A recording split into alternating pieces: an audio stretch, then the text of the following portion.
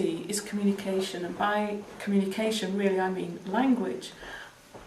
We have a problem with language. I think it's both a problem and it's an opportunity.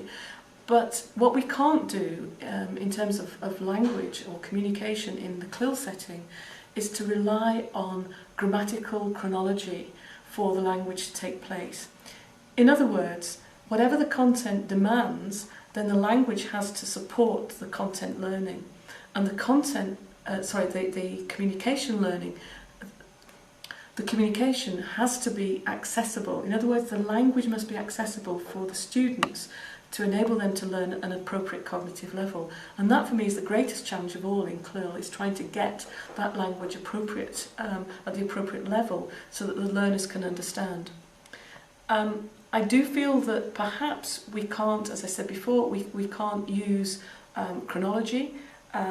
For example, the past tense needs to be used probably even with beginner CLIL learners. We need to have access to the past tense. We can't wait for 3 years before that happens.